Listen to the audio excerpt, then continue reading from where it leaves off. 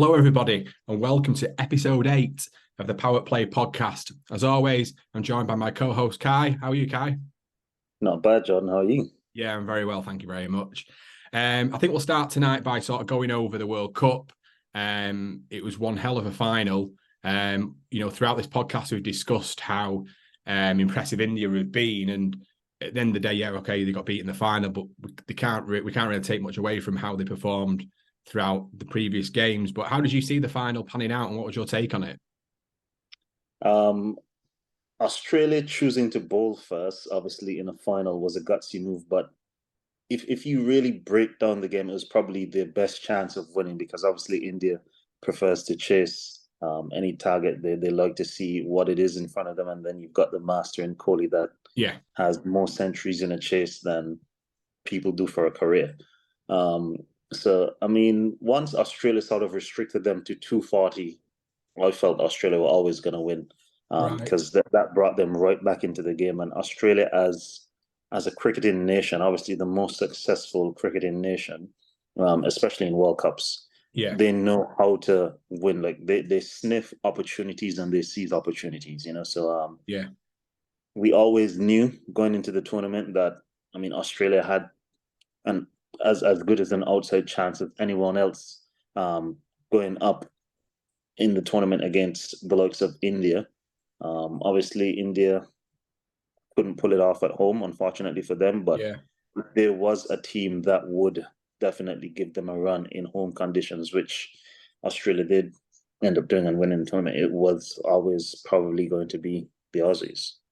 Do you think you sort of touched on it then a little bit with you saying about them Australia choosing to bowl, and in a final, people like to put the score on the board and make them chase. And you mentioned there about India liking to do that. Do you think that's a real statement of intent from Pat Cummins, not only being a bowler himself, and arguably, as we've discussed on this pod before, of Cummins' skill set? Was it a real statement of intent to say, look, we really back ourselves here with our frontline attack, and yes, we know the strength that you've got with your batting lineup and the strength in depth that you've got, but this is our, we're here not just to make the numbers up. This is our game.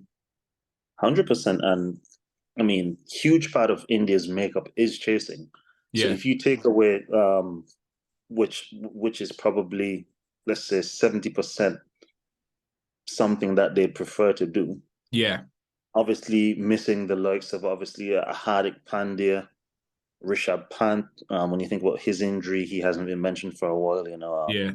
But guys of this nature that obviously add so much depth and quality to the Indian team as well. It was always going to be a tall ask for India if a Rohit or a Virat didn't make a century. So to be able to get those two guys out in particular was a huge advantage for Australia. And then restricting them, as I said, to 240. The best 50 over games you find are always when scores are sort of between that 240 to 280 mark. That's when you have ultimate contest between bat and ball because it gives room for change so many different ways. I mean, the last World Cup final was 241 plays 241 here in England. So, I mean, that's sort of the sweet spot where you get the best, most competitive games. And again, we saw that. Travis Head played an amazing innings, to go out in a World Cup final and just have that level of freedom and just go for it from ball one right the way through. Obviously, just getting out with 2 runs needed or something like that. Yeah, it was a shame that, but yeah, exactly. But I mean, hats off to the Aussies for doing it again a 6th time. Yeah, I was so impressed though. I know it, like rightly so. Travis Head will take all the plaudits and undoubtedly deserves it. But I was so impressed with the way that Labuschagne played in that supporting role. It was so important because he allowed Travis Head to go and be that prominent, dominant player that he is. And he's now scored. He's had a great series in England over here. I think he's got a century in the World Test Championship. So he's really sort of making his stake for a claim to be a top player across all the formats, which is a hell of a thing. But I thought the way that Labuschagne batted showed the importance, and we discussed it, I think, in the preview that we did about Joe Root, about the way that anchoring role has such an important role in 50 over cricket, where he sort of not he sort of rode out that storm, Labuschagne, and then allowed Travis Head to go and do that. And I was so impressed with that batting performance. I think that's definitely, obviously Marnus has got double centuries in Test cricket, etc. But that, I think he has to put that as his best knock in international cricket. He did. I mean, when you think of what could have potentially unfolded if Marnus got out there and like the Indians had at least one in open. I mean, you're talking about Australia aren't just playing against 11 anymore. They're not just playing against 100,000 in the stands. They're playing against 1.5 billion screams around the nation. I'm sure they had more people outside the stadium just wanting to be in the vicinity than that were actually inside the stadium. So to absorb that pressure, ball after ball, and to bring the match, just continue to chip the match away from India, was amazing wherewithal from Marnus to understand the situation and understand what his partner was doing on the next end, and to just stick around, just be that support, that guidance, that calm head on the other end that he needed. And as you said, Travis said, he's making a name for himself in the big situations, isn't it? World Test Championship man of the match, World Cup final man of the match. I think he was man of the match in the semi-finals as well. I think if you look at him over the past 2 years, the volume of runs he's scored across formats, and again, credit to Australia because he went into the tournament with a broken finger, and they had the option of selecting him or not selecting him, and they took him and said, look, if we're going to go deep into this tournament, we know that this is someone that will be of benefit to us. And again, credit to Australia, but credit to the man himself, because the first game he came back in after having a broken finger, scored a century straight away. And then when they needed him most, World Cup final, century again. So I think he's someone that's absolutely flying in the right direction for Australia. And you look at his age and the age of the other guys around the team, potential future Australia captain maybe. So kudos to Travis. No, definitely. I think just touching on the Marnus situation, like he said in an interview as well that he wasn't even sure the night before whether he was even going to play in the final. And you think that he's gone from a 24-hour period to be sort of, in the back of his mind thinking he might not make the cut, to not only that, like I said, playing arguably one of the most important innings he's played, is a real credit to him and the way that he's, stuck at it and ensured he's worked at his 50-over game as well as he had. Yeah, and you look at that Australian team. I mean, what a 12 months they've had. Won the T20 World Cup, World Test Championship, won that, retained the Ashes, won 50-over World Cup. And it's not a huge pool of players. Obviously, there's more changes sort of from the Test format to, I guess, the one-day T20 format, but it's pretty much the same core of players across formats. You'd think probably 8-9 guys that roll out for Australia. So for these guys to be fit and firing and playing so much cricket across formats, and you look at it like Pat Cummins, I don't think had played too much one-day cricket between the last World Cup to this one. But to be able to get back in and adapt again to playing limited overs cricket, it's amazing, how they're able to just switch formats and be competitive in any condition around the world. Yeah, definitely. Well, like you said there, it's the any condition, which is impressive as well, because the Test Championship, that was in England. Obviously, they retained the Ashes in England, and they've gone and done that in India's backyard.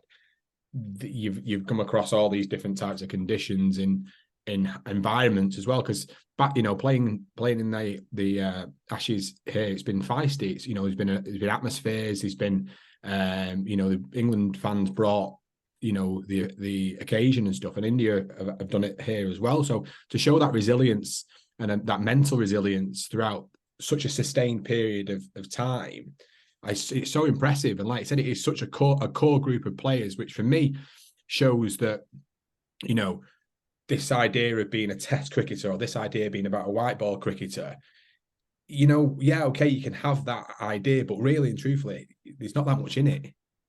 You can do. I mean, a good cricketer is a good cricketer. Yeah, it's as simple as you'll be able to adapt. So if you're a Test cricketer, a defensive shot, you take that into a one-day game. That's a push down to long on. That's just extending your hands a bit more. In a T20 match, that's just extending your hands all the way through the ball. So it's just different progressions of the same shot that allows you to play the various formats of the game. Same thing with the bowler. A solid length ball in a test match is a good hard length cutter in a one-day or T20 match. And then it's just understanding how you want to take the ball out of a batter's reach. As opposed to bringing a batter's technique into play more with the swinging ball in test match cricket. So I've never personally subscribed to white ball, red ball players, whatever that's supposed to mean for the people that throw on these terms. A good cricketer is a good cricketer, and you should sort of train players to be adaptable and come up against any scenario possible. Because again, for me, the best T20 batter that we've ever seen, in my opinion, is Chris Gayle. I mean, he's got 20-something T20 centuries, and I think that's because of his exploits and understanding of how to play Test cricket, because he knows when and where to take on different bowlers over the course of a 20-over game. I mean, it's not obviously the same length of a Test match, but you still need to have that wherewithal of, okay, these are the conditions. I can bite my time a bit longer here and force them to bring their not so strong bowlers at the end when I'm set, and then I can maximize at the end. So solid cricketers. No, definitely, and I think from Australia winning the World Cup and then now playing India in the T20s, Maxwell has continued his form, which is so impressive. That tonight or today was just something else again. I mean, if ever there was someone striking form at the perfect time in the perfect country before an IPL auction, it can't be said anymore. I mean, Glenn Maxwell has scored a double century in the World Cup. He's also scored 170-something in the World Cup. He's won the World Cup. He's stayed on to play a T20 series and scored 140-something balls. And it's literally like, at this point, I don't even think that they should buy him in the auction. I think that they should just give him citizenship and try and convert him in time to play for India for the next tournament. No, he's absolutely flying, and it's good to see guys perform well consistently. Obviously, he seems to be fully much into his own as a player, and obviously the way that he plays that 360 type game that brings so much risk. Obviously people say so many different things when he fails or when he doesn't come off, but no, he sort of found a method that works for him. And again, this is someone that went through personal strife. I mean, he broke his leg.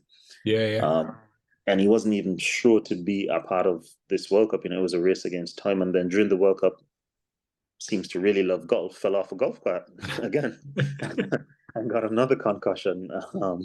So, I mean, no, kudos to him for obviously continuing to grow and to be so explosive as a player. I think you're in that red hot form. He probably feels that he's batting with a beach ball at the minute sort of thing. It'd be that large, and you've got to appreciate someone with his skill set, like I said, the 360 style of batter. It's brilliant. It's just brilliant to watch. Really is brilliant to watch. I just wanted to get your opinion a little bit, whether you think that he has that option to potentially go back and play Test cricket for Australia, because that's probably one thing that he probably has over him in the thought, that maybe he didn't quite do it wearing the baggy green. What do you think on that? It'd be interesting, because it's sort of a matter of where he slots in, isn't it? Because the top order is pretty much quite settled. I mean, Warner's retiring after this Pakistan series, but he's not going to come in as an opener. So, I mean, Mitch Marsh has come in and pretty much taken that number 6 spot from Cam Green. And Travis Head is locked in at number 5 with Marnus and Steve Smith settling in the middle. So, I mean, it would sort of have to be a situation of, I guess, an injury to Travis Head or Mitch Marsh, and sort of provide him with an opportunity to come back in. It's not a matter of probably can he come back in. No, it's more so an opportunity thing. To come, where would he slot in? Which I don't really see that pretty much happening because you still got Cam Green on the bench as well. Yeah, I think he scored a double 100 today. I think it was. Is it? I think so. Yeah, I'm sure. I said something. So he's definitely knocking at the door as well. So exactly. They'll be fired for the Pakistan series, which will be good to watch. So I want to get your opinion on something that's sort of been in the news a little bit and obviously quite close to you. What did you make of the omission of Darren Bravo out of the West Indies one day squad? Really, absolute nonsense. One of the single most ridiculous things I've ever heard a chairman of selectors come on air and say, "Look, okay, let's break this all the way down. You have not selected Darren Bravo because you said he's 34 years of age and you're planning for the next World Cup. If you're planning for the next World Cup, the first thing you need to do is qualify for the next World Cup. Yeah. So in order to qualify for the next World Cup, and whilst you have England coming to the Caribbean with an understrength team, you need to get as many wins and as many points as early as possible to try and seal automatic qualification, move up in the rankings. Therefore, you pick your best teams all the time. It doesn't matter if someone is 45. Once they're playing and they're performing, you pick your best team. It's as simple as that. You don't go away from that mantra. When you get to the World Cup, then you figure out the World Cup. You can't be trying to figure out what's going to happen in 2027, in 2023. Only Elon Musk, who's trying to explore Mars, can probably tell us, everyday normal humans, what's sort of happening in the future. And even he doesn't. He's not God. You pick Keon Otley in the team, who is the same age as Bravo. They're both, Keon Otley's 34 this year as well. Yeah. But you don't pick the man that makes the most runs. You select Shane Dowrich into the team, who's 32 years old, hasn't really played much one-day cricket. Is he going to be around for the next World Cup? He's going to be 36 by then. Yeah. Are you going to tell me a Roston Chase, for example, who's going to be 35, Jason Holder, who I don't know what his situation is. But you're trying to tell me that there's no one that's going to be sort of 35, 36 in the team or around the team at that time, because even the captain, for that metric, Hope's going to be 34 by the time the next World Cup comes around. So are you saying that he's not going to be there as well? You can't say because you've selected an Alec Athens and a KZ Carty that you can't pick a Darren Bravo. You look at the last time the West Indies went to the World Cup in 2019, we hardly qualified then as well. It was because of I can't remember the exact scenario, in a Scotland match in a World Cup qualifier that allowed us to actually even get through to the World Cup then. And then we had to draw for the likes of a Chris Gayle and a Marlon Samuels that were drafted back into the West Indies team after doing the same thing, saying that we're going to give chances to young players to come in and play. You still went back to senior players. Even the likes of, I think, Kieran Pollard and Dwayne Bravo were offered the opportunity to come back and play in that qualifier, but I don't think they went for whatever reason. But why does history have to keep repeating itself? And it's funny to me that, of all people, Desmond Haynes is the chairman of selectors when this is happening, because in his playing career, he was dropped for the same situation, the same scenario where they were saying like sort of age sort of thing when he was still performing. So then if you had something like that happen to you as a player, surely you should want to right that wrong.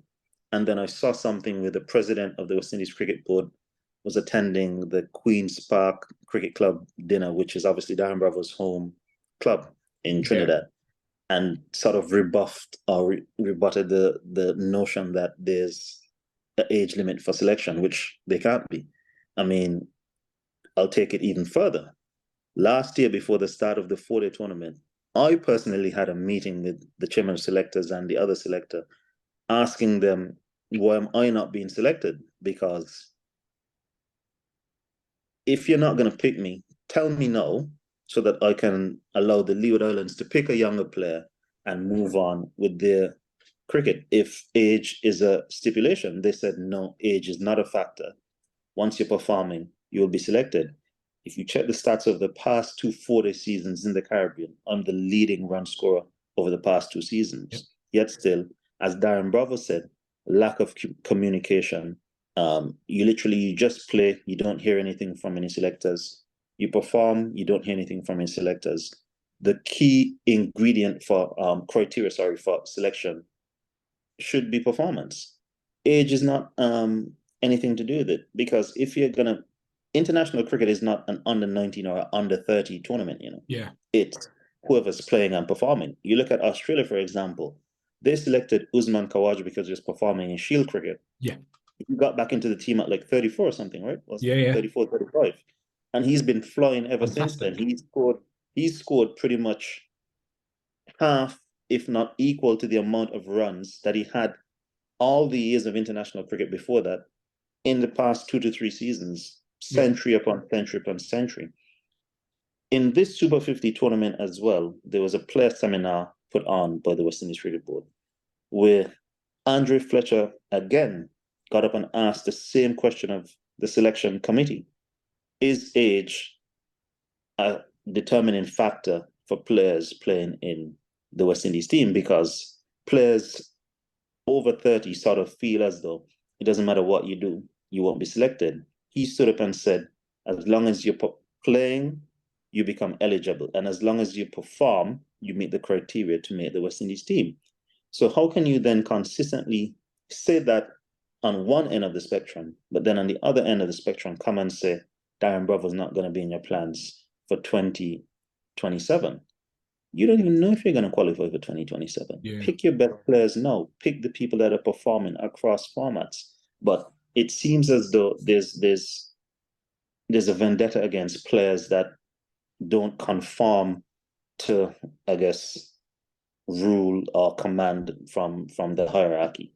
If they tell you to jump, they want you to jump. You can't ask them how high, why, where, when. It doesn't make sense. So, I mean, I was personally told that I don't need cricket a few years back by one of the West Indies coaches. I've got too much money, and so I need to leave an opportunity for someone else to come in and play, which, I mean, absolutely puzzles me, because what I've been able to do, what me and Emma have been able to do as a couple in terms of setting ourselves up and investing into businesses and real estate, etc., outside of cricket, has nothing to do with meeting the criteria for selection for the West Indies. Yeah. You can't expect to watch a player's personal life and say, okay, by that metric, Cristiano Ronaldo should not be eligible to play football, or LeBron James should not be eligible to play basketball. Like, you want players to continue to improve themselves on and off the field. That's how you have better, more settled players representing you as a brand, which then in turn you turn around and monitors the brand and be able to continue to grow the brand. You're not going to have a 20-year-old go and be the CEO of Apple, are you? Because Apple is a $1 trillion company. You need experienced people leading the line at any organization. It's just like West Indies Cricket Board. You're not going to have a 20-year-old going to be the director of cricket or the president of the West Indies Cricket Board. They've got no experience in business or life. They have to be guided by senior players around them. So yes, pick young players, but you have to have senior people around them to guide them and take the team forward, because without that, then you're literally putting all inexperienced people out there to come up against teams, and then you sort of get situations where teams start sending second string teams to play against you. They're not even sending their full strength squads. You can't get any commercial benefit. You can't get any actual physical benefit because you're not playing against full strength squads. So your players aren't getting better. Your brand is weakening, and it's just killing the entire system as a whole. It doesn't make any sense to me. No. Wow, I'll just take, can hear your passion about how much it means to you in terms of the effect it's had. And how's it made your situation really? What's it made you think about your future now? Well, you don't know as a player. You don't know. Well, I mean, you don't know where you stand. No. I don't know what the situation is with me. So, I mean, you look at a Darren Bravo, for example. He stepped away from cricket. Yeah. You don't know if he's Nice. going to come back and play regional cricket. If he does, he's going to be 35 in February. So if you weren't selecting him at 34, why are you now going to go and select him at 35? Yeah. Are you going to admit that you're wrong? Are they in a position mentally or mature enough to say, okay, no, we made a mistake. We will select you based on your performances. We will select the best players available to us. That we don't know.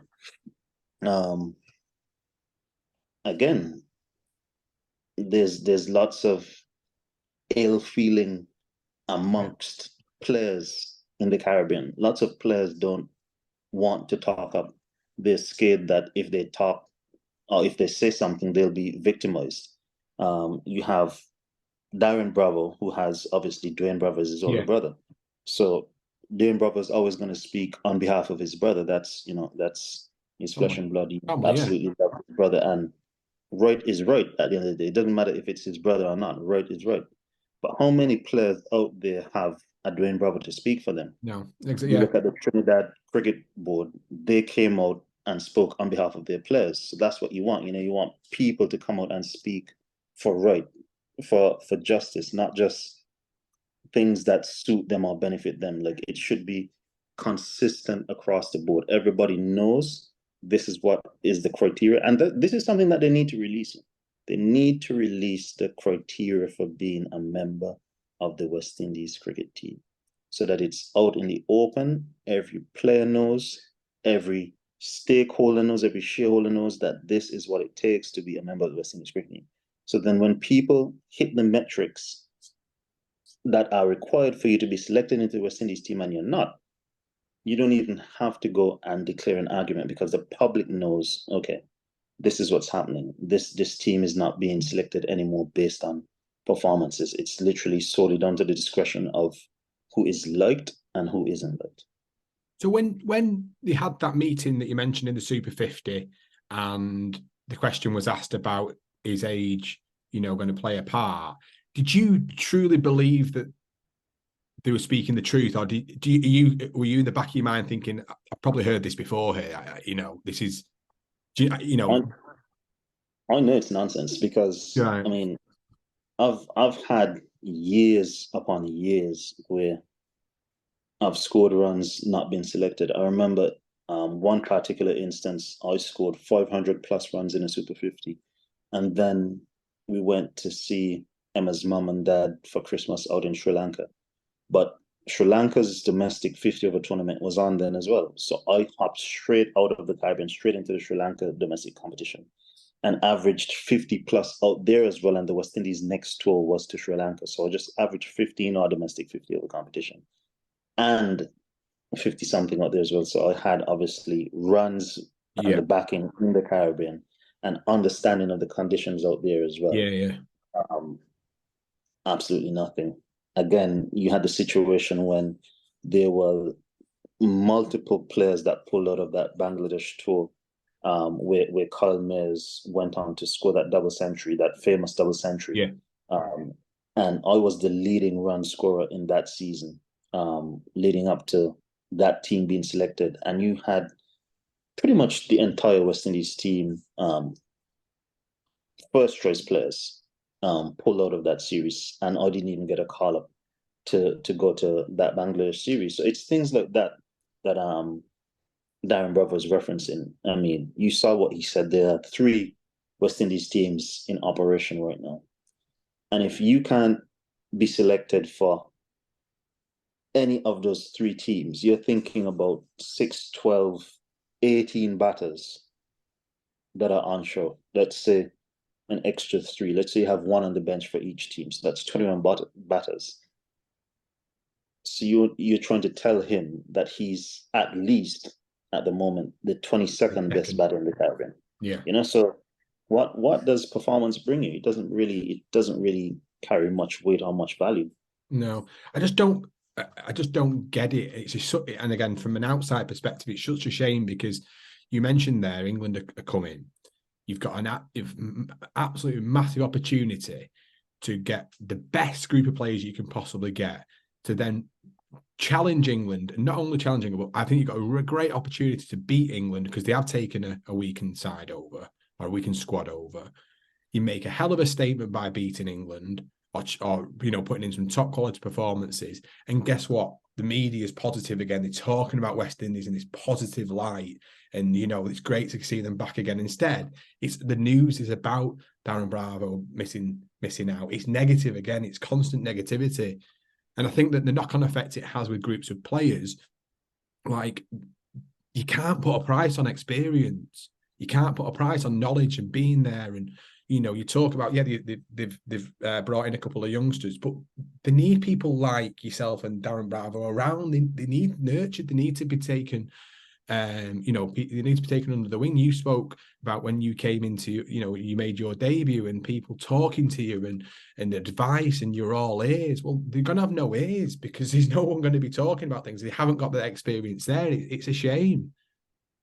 And you look at the two young players that the chairman singled out as well. Yeah. He's put unnecessary pressure on them because now they're going into the series and the whole media, the whole microscope is on them. Whether they do good or bad, these guys got selected in the absence of a Darren Bravo who has XYZ international record across formats. Whereas, I definitely think those two guys should have been selected. Yeah. But you can't tell me because they were selected, someone else wasn't selected. You selected a squad of 14, 15 players. You've not selected a squad of 2. So it can't be either you or me. Yeah. There were so many other squad members that were selected, which, it doesn't make any sense at all. And you look at, for example, a Hayden Walsh, who was the MVP of the tournament, runs wickets. We know what he is as a fielder, probably the best fielder in the Kieran, bar him, Fabian Allen, give or take whatever you want here or there. Wasn't even selected in the squad. How does that make sense? I bet my bottom dollar if Sunil Narayan was available, he'd be selected, and him and Hayden Walsh got the same amount of wickets. You wouldn't think twice to select Sunil Narayan, right? And Hayden Walsh scored 200 and something, top 10 run scorers, tied for most wickets. Amazing fielder. So, how do players perform at that level and not be rewarded? And then still have to find the motivation to continue to come and play cricket. West Indies cricket needs to understand that with the advent of cricket being taken seriously in America now with Major League, etc., players are getting paid on a weekend what you get paid as a franchise player in a month to go and play in America. So if players continue to perform and not be selected, you're going to slowly find that players start shifting out and moving to America and playing, because if on any given weekend you can make what you make in a month, it's more viable to do less work and make more money. That's the ultimate goal in life. That gives you more opportunity to do other things and continue to increase your potential for earnings. And so if they don't sort of start fixing things quickly, it could be sort of spelling disaster for West Indies cricket in many different ways, which would break not only my heart, so many people's hearts, because West Indies cricket is a brand that's near and dear to any cricket loving person's heart. Everyone sort of loves the way West Indies play as a nation.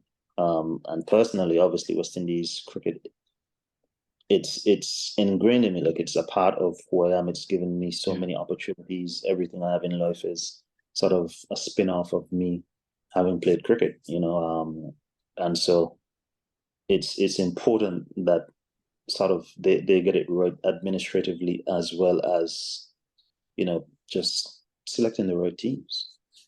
And you can tell how it is ingrained in you, and you can tell how passionate you are about the West Indies and how you are about the whole thing, because like you mentioned, you've had these knockbacks. You've mentioned numerous times about you've had conversations and nothing's come of it and this and that, but to still have that fire in your belly and that sort of passion to play for the West Indies just goes to show how important it is to you. And that's a massive credit to yourself to remain so focused and motivated to achieve that, because there's only so many times you can get hit with the hammer and then keep getting yourself up. And I think that's a real credit to you. And I hope that they don't get to a point where they miss the boat on players like yourself, because like I mentioned before, from the experience aspect to it, the players that they brought in, as you mentioned, right, they should have been picked, like you said, but they're going to need that help and that guidance. And I mentioned that, but there's only a certain amount of times you can keep knocking people back until you go, do you know what? There is opportunity elsewhere. So I'm going to put my eggs into the baskets elsewhere to support my family and to support my future financially, because at the end of the day, yeah, my passion is to play for the West Indies, but I've also got to make sure that I can support my family and set up a life that I want, really. I just hope that it doesn't get to that point where they need these sort of players and it's just a bit too late. It's already happening, unfortunately. So it's sort of to the point where they need to stop a mass exodus, and sort of save what we have, as opposed to having to start again from scratch and being forced to only have 19, 20-year-olds available to you because everyone else has sort of given up and moved away and gone to find different avenues, as you said, to sort of support their families and their lifestyles. Yeah. How do you stop a mass exodus from happening, really? Well, I think it's already happening. Players have to, at the end of the day, do what's best for them. But just to let the right teams, just let players see that they'll be rewarded for their performances. Set clear guidelines as to what the progressional steps are, whether you're at under 15, trying to get into an under 19 team, under 19 trying to get into an academy into an 18 into a senior team, so that everyone knows this is what I need to do. Because with the advent of T20 cricket, and then, as I said, look, there's so many different opportunities, whether it be players going and playing league cricket in England, playing for clubs in America, going out to Australia, etc. There's so many different options available to guys now that players have to make decisions. And it's not going to be something where guys are going to sit around and wait and even hope to be playing for their domestic first class teams anymore. Guys are going to make decisions quickly and move on, because life moves quickly, and you can only play cricket for so much time before you have to go into other fields in life. And with something like cricket, it takes up, as I said, the best part of your youth, where you're not getting any other work experience. So it's not as if that you can afford to sit and play cricket for 10, 15, 20 years and go into the workforce at 35, 40 with 0 years work experience and command the same level of salary as someone that's been straight out of uni, straight into law school, straight into being a lawyer, and has been practicing for 10, 15 years and command the same salary. So guys have to make decisions. Guys have to make decisions quickly. And the only way to sort of stop or sort of give someone hope to continue to want to represent their region or the West Indies is to know that performances will be rewarded. I just think, though, the knock-on effect it'll have to a couple of the members of the squad that you mentioned. So you mentioned about Roston and you mentioned about Shane Dowrich and stuff. At the back of their mind, they must be thinking, with the statement that Desmond Haynes has come out with, okay, I'm in this squad and I'm we're working towards a World Cup, but you're basically telling me that I'm not going to get to the World Cup. Yep. So you then got players in that team that are basically doubting where is their future down a timescale that just doesn't match. How long do I have? How long? The guys must be sitting there thinking, all right, just continue to ride the wave until the wave crashes, isn't it? Because how long do you have knowing that this is the mentality or this is the mindset of the man that's responsible, that sort of has your future in his hands, pretty much looking for someone younger, just scouting for someone younger to fit the bill, and then you're pretty much gone, isn't it? So it's an uncomfortable place to sit in. I guess people will say that means that it forces you to perform, which is a good thing. But everyone starts to have a different lifespan, if that makes sense. So the opportunities afforded to one isn't the same opportunities afforded to all. Yeah. And again, selection criteria. If you're meeting the criteria, doesn't matter age or whatever the scenario is, once you're meeting the criteria, you should be selected. Yeah. No nepotism, no nonsense involved in it. No, I just hope it doesn't. I just don't. I know this is again my only personal opinion. I just hope it doesn't have its negative effect to keep towards the West Indies cricket. Like I want, and we spoke about it with them missing out in the World Cup. Everybody wants positive things to come out of West Indies cricket.